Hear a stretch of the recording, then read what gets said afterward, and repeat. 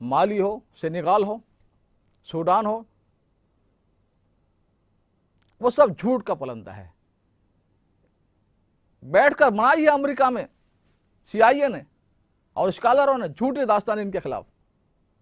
Diego Garcia से लेकर पूरा अफ्रीका की जो दास्तान है, झूठ का पलंदा। उसने कहा कि अमेरिका का फायदा इसमें कि जंगें जारी रहें, दुनिया में कौमों के दरमियान में लड़ाइयां जारी रहें। उनकी मईशत का दारो मदार इस पर है, उनका मुल्क इस पर चलता है असलहा बेचकर। 2006 में 101 ट्रिलियन डॉलर, 101 खरब डॉलर, ट्रिलियन डॉलर का असलहा बेचा, आधे से ज्यादा अमेरिका का था। उसने लिखा कि फतह हो या शिकस्त अमेरिका की, फायदा अमेरिका को होता है माशी एतबार से, इक्तिसादी इकोनॉमिक के एतबार से। मुल्क को तबाह करो, फिर उसकी तामीर के ठेके भी अमेरिकन कंपनियां सारी लेती हैं। सेकंड वर्ल्ड वॉर के बाद देखिए 23 कौमों पर, मुल्कों पर अमेरिका ने हमला किया। क्या बिगाड़ा था उन्होंने? ये 15 लाख वियतनामी क्यों शहीद किए गए भाई, क्यों कत्ल किए गए? ये कोरिया में क्या किया और आज भी कर रहा है? क्या ये इंसानों को बराबर समझते हैं? मसावत है कि ज़बानी तौर पर है सिर्फ? इराक पर हमले के वक्त में अमरीकी वजीर खारजा कोलन पावल यूएन में एक दस्तावेज पेश करता है कि हमारी CIA की रिसर्च है कि ऐसे हथियार सद्दाम के पास है, दुनिया तबाह हो जाएगी। यूएन में दुनिया इंसानियत के सामने, पूरी कौमों के सामने पेश कर रहा है वजीर खारजा अमेरिका का। और उसके बाद यहां लंदन में एक इराकी नौजवान खड़ा होता है, वो कहता है ये मेरा आर्टिकल था, मेरा मकाला था, मैं सद्दाम का दुश्मन हूं, मैंने उसके खिलाफ ये चीजें लिखी थी, और उसको पेश कर दिया। जिसमें टाइपिंग की गलतियां थी उसी गलतियों के साथ पेश कर दिया। कोरोशेट वार बुश साहब ने शुरू किए टेररिस्ट के खिलाफ। टेररिस्ट कौन है भाई? इसकी डेफिनेशन कोई तारीफ है? ये उन्होंने मुकर्रर किया, तुमने मुकर्रर किया, किसी ने मुकर्रर किया? किसको टेररिस्ट कहेंगे जो तुम्हारे गुलामी ना माने?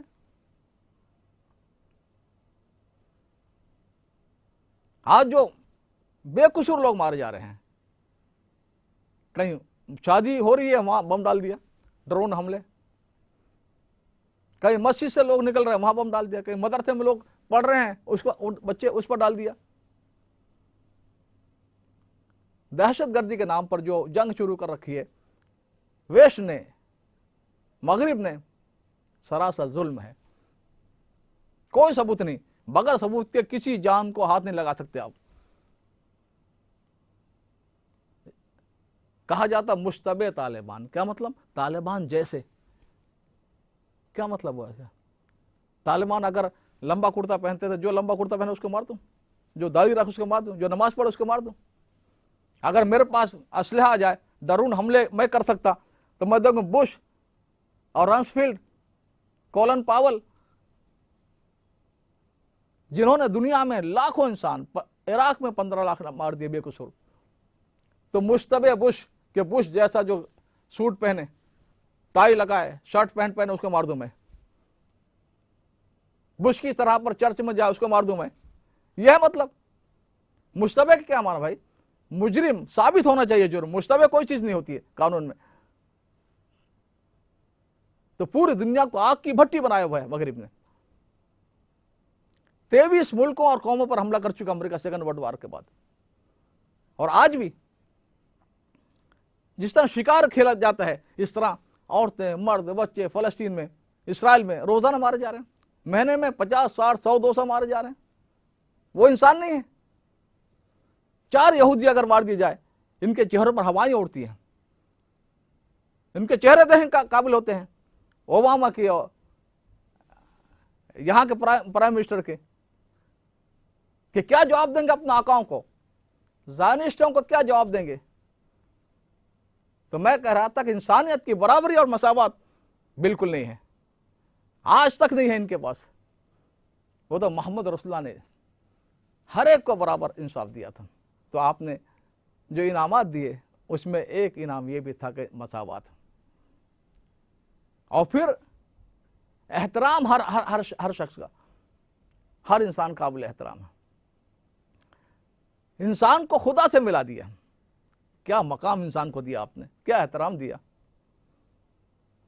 हदीस में फरमाया आपने कि अल्लाह तआला क़यामत के दिन एक बंदों को कहेंगे, मेरे बंदे मैं बीमार था, तूने मेरी इयादत नहीं की।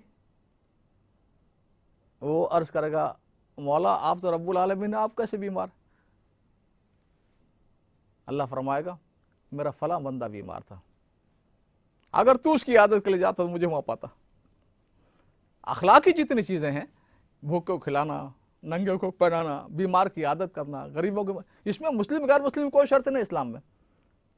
जितने पड़ोसी के हुकूक हैं, आपको नॉन मुस्लिम है उसके भी वही हुकूक हैं जो मुसलमान के। जो गरीब आपके सामने है, जो भूखा है, वो चाहे किसी मजहब का हो, अल्लाह ताला क़यामत में एक बंदे से कहेंगे, मेरे बंदे मैं प्यासा था, पानी मांगा तूने दिया नहीं। आप रब्बुल आलमीन है मौला, मेरा फला बंदा प्यासा था, तू अगर पानी उसको पिलाता तो मुझे वहां पाता, उसके पास पाता। मैं भूखा था, मेरे बंदे मैंने खाना मांगा तूने दिया नहीं। वो बंदा अर्ज करके, मौला आप तो रब्बुल आलमीन है, आप कैसे भूखे हो सकते हैं, मेरा फला बंदा भूखा था। तो ये किसने, मोहम्मद रसूलुल्लाह ने दिया, इंसानियत के साथ भलाई का। एक बहुत नेक औरत है, बड़ी इबादत कर रही है, तस्बीह पढ़ रही है, अल्लाह का जिक्र कर रही है, नमाजें पढ़ रही है, लेकिन फरमाया कि एक बिल्ली को उसने बांध कर रख दिया, ना खाना दिया और ना उसको खोला, बंधी हुई है कि खुद जाकर कहीं तलाश कर ले। वो मर गई, फरमाया जहन्नम में जाएगी सीधी। एक फाहिशा औरत, रंडी, तवाइफ, जिसका पेशा है जिस्म बेचना, वो एक कुत्ते को देख रही है, कुत्ता प्यास के मारे बदहाल है, मर रहा है, वो अपना दुपट्टा उसमें मोजा उसको एक कुएं में डालती है, मोजे में थोड़ा पानी आता है, कुत्ते पर निचोड़ती है। फरमाया मोहम्मद रसूलुल्लाह सल्लल्लाहु अलैहि वसल्लम ने, अल्लाह ने उसके इस अमल पर उसकी बख्शिश कर दी, जन्नत में दाखिल कर दिया। तो इंसानियत का एहतराम, इंसानियत से मोहब्बत, ये इनाम है मोहम्मद रसूलुल्लाह सल्लल्लाहु अलैहि वसल्लम का, ये अतिया है आपका दुनिया को जो आपने दिया है। फिर आपने ये बताया कि खुदा से ताल्लुक और खुदा की मोहब्बत और खुदा से मिलना सिर्फ इबादत से नहीं होता, अखलाक से होता है। फरमाया अर्श के साए में, जब कोई साए नहीं होगा अल्लाह के अर्श के साए के सिवा, उस दिन हशर के दिन, क़यामत के दिन, अल्लाह के अर्श के साए में आदिल बादशाह, इंसाफ करने वाला बादशाह, वो भी होगा। दीन और दुनिया के तफरीक, दीन और दुनिया कोई अलग अलग नहीं है। आप जो भी दुनिया का काम करें वो दीन है, अल्लाह को राजी करने के लिए हो, सही नियत और जज्बे के साथ हो। सिर्फ पूजा पाठ का नाम धर्म नहीं है, धर्म इंसानों को फायदा पहुंचाने का नाम है। तो मैं अर्ज कर रहा था कि मोहम्मद रसूलुल्लाह सल्लल्लाहु अलैहि वसल्लम ने इंसानियत को जो तोहफे दिए, रहमत आलम बनकर, वाकई है कि दुनिया में इंसानियत, उसके बगैर सही मानव में इंसान कोई भी नहीं बन सकता। महात्मा गांधी ने 1946 में एक कांग्रेस की हुकूमत बनी थी, ब्रिटिश राज था, लेकिन कुछ इलेक्शन हुए थे, तो कांग्रेस के उज़रा को महात्मा गांधी ने अपने अखबार हरिजन में लिखा कि अगर तुम आलमी वक़ार चाहते हो, आलमी अज़मत चाहते हो, तो तुम्हें आइडियल सामने रखना पड़ेगा अबू बकर सिद्दीक रज़ियल्लाहु ताला अन्हु, उमर फारूक रज़ियल्लाहु ताला अन्हु को, कि पर्शियन अंपायर, रोमन अंपायर उनके कदमों में आ गई, मुल्क फतह हो गए, बड़ी बड़ी सुपर पावर उस जमाने की दोनों भी, लेकिन उनके कपड़ों में पैबंद है, कपड़ों में पैबंद लगाना नहीं छूटा, फक्र फाका नहीं छूटा, कच्चे मकान में रहना नहीं छूटा, फकीर बनकर रहे, भूखे प्यासे हैं, एक ईंट सब रखी है सर के नीचे और आराम फरमा रहे उमर फारूक रज़ियल्लाहु ताला अन्हु। तो मैंने अर्ज किया कि महात्मा गांधी ने क्यों कहा ये कि आइडियल वही बन सकते हैं। भारत में 1947 से पहले और अभी भी सीरत के जलसे रबीउल अव्वल में होते हैं। तो पहले ये दस्तूर था कि बड़े बड़े हिंदू स्कॉलर्स को, लीडरों को बुलाया जाता था। एक बार यूपी के गवर्नर एम मुंशी थे, उनका दावत दी गई। उन्होंने दो बातें कही अपने पैगाम में। एक तो उन्होंने ये कहा कि मैं हिस्ट्री का मुताला मैंने किया है, मैं मजबूर हूं मोहम्मद रसूलुल्लाह को दुनिया की सबसे बड़ी हस्ती मानने पर,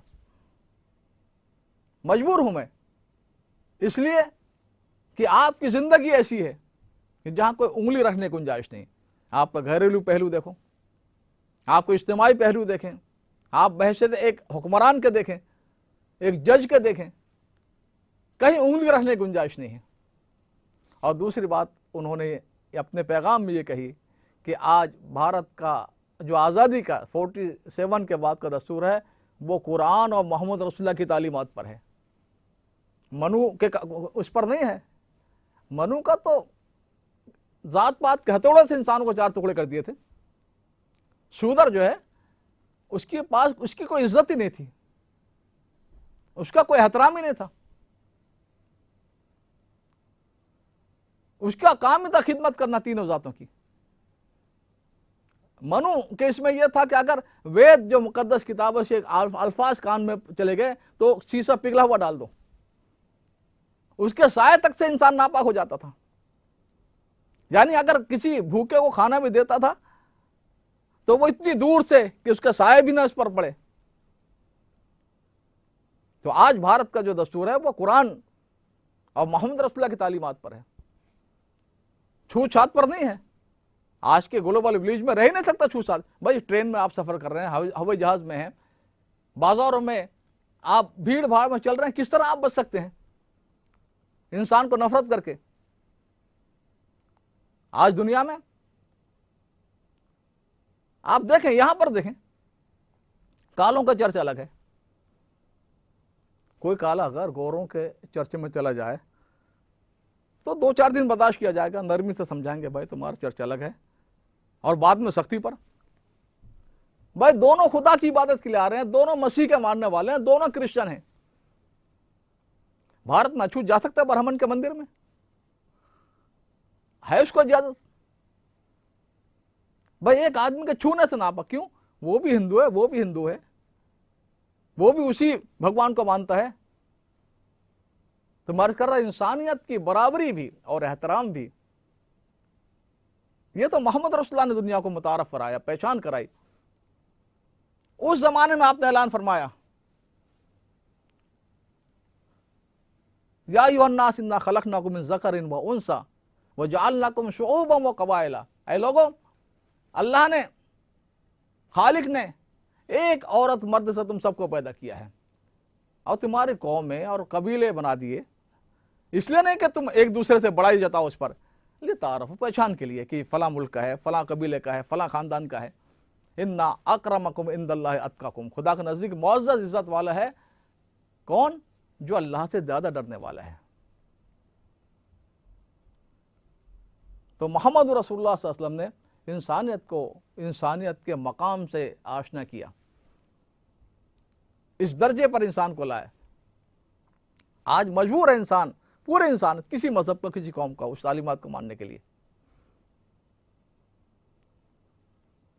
खुद यहां बरतानिया में 1973 की बात है, 73 की बात, एक इंग्लिश अखबार में यहां पर एक मजमून छपा कुरान के खिलाफ, कुरान के बारे में। एक अंग्रेज स्कॉलर, मिस्टर टेलर नाम था उनका, उन्होंने उसका बड़ा मुदल्लल जवाब दिया।